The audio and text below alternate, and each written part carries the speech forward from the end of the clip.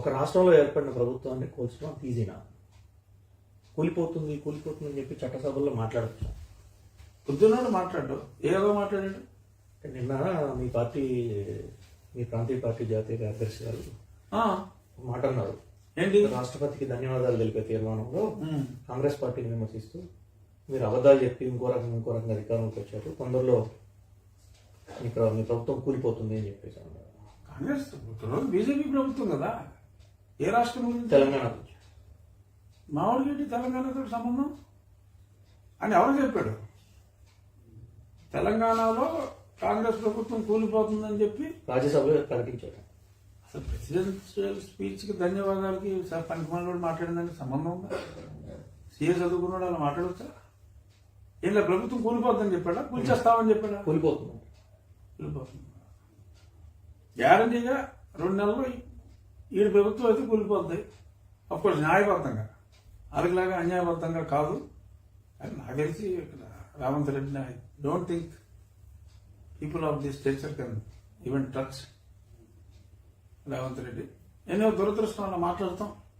దురదృష్టం. నిన్న మాకు ప్రధానమంత్రి గారు మాట్లాడారంటే ఆయన అద్భుతంగా మాట్లాడారు. రాబోయే ఎన్నికల్లో 360 సీట్లు భారతీయ జనతా పార్టీకి, 400 సీట్లకు పైగా మా ఎన్డీఏకి ఖచ్చితంగా వస్తాయి అని చెప్పారు.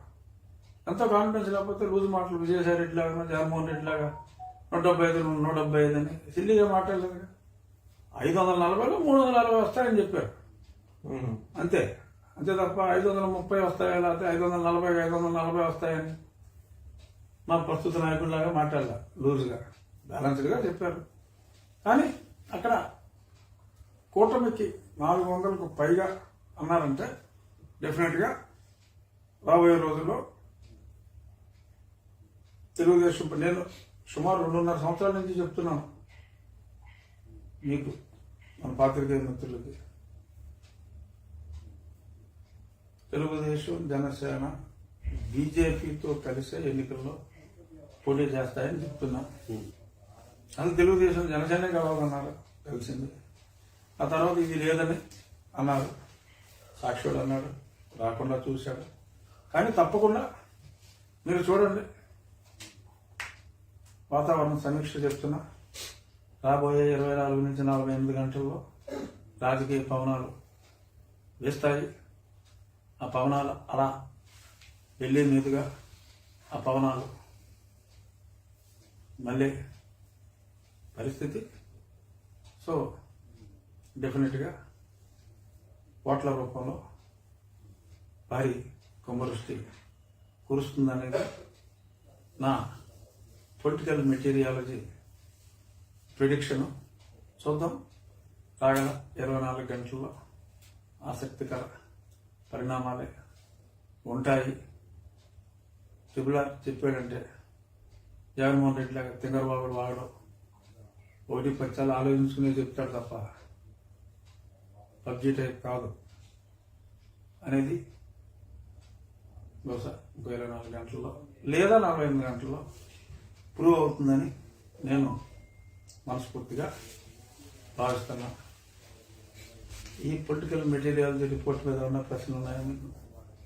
ఓకే, అంటే ఒకవేళ కొత్త ఖరారు అయితే ఎన్ని సీట్లు ఇచ్చే అవకాశం ఉంది సార్? ఏమో సీట్లు మనవారం కట్టాలి. అక్కడ పెద్ద నాయకులు మాట్లాడుకుంటారు తప్ప మన సీటు కోరుకునే వాళ్ళని తప్ప నాకే ఉంది. నాకు నా సీటు ఈ 3 పార్టీలో ఏ పార్టీ కోరుకుంటే నేను క్యాండిడేట్ అని చెప్పి, అది కూడా నేను 2.5 సంవత్సరాలుగా చెప్తున్నాను. ఈ దిక్కుమాల పార్టీ సో అఫీషియల్గా గతిలేక నేను మతిలేక ఆడ ఉంచుకుంటున్నాడని చెప్పి నేను మీరేం రాజీనామా చేయరా? ఇంకా మీ పార్టీకి చాలా మంది రాజీనామా చేస్తారు, మీరు చేయరా? నా పార్టీకి నేను రాజీనామా ఖచ్చితంగా చేస్తా సమావేశాల తర్వాత.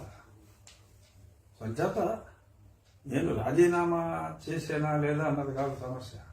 నా తపనల్లా ఈ దుర్మార్గుడిని దించాలి అంటే ఒక ఫుల్ ప్రూఫ్గా ఒక అద్భుతమైన కలయిక జరగాలి. ఆ కలయిక పార్షియల్గా అయిపోయింది, సంపూర్ణంగా అవ్వాలి అనేది నా బలమైన కోరిక.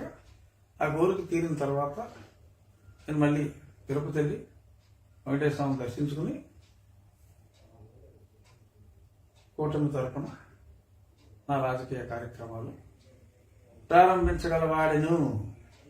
ఓకే, రేపు కలుద్దాం. Thank you.